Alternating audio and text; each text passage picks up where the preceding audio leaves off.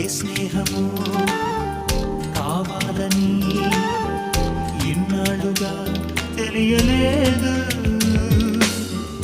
ఇచ్చేందుకే మనసుందని నాకెవ్వరు చెప్పలేదు.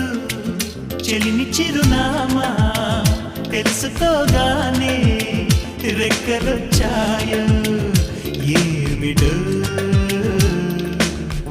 ఎటు వెళ్ళిపోయింది మనసు, ఇలా ఒంటరయింది వయస్సు. ఓ చల్లగాలి అసుకి తీసి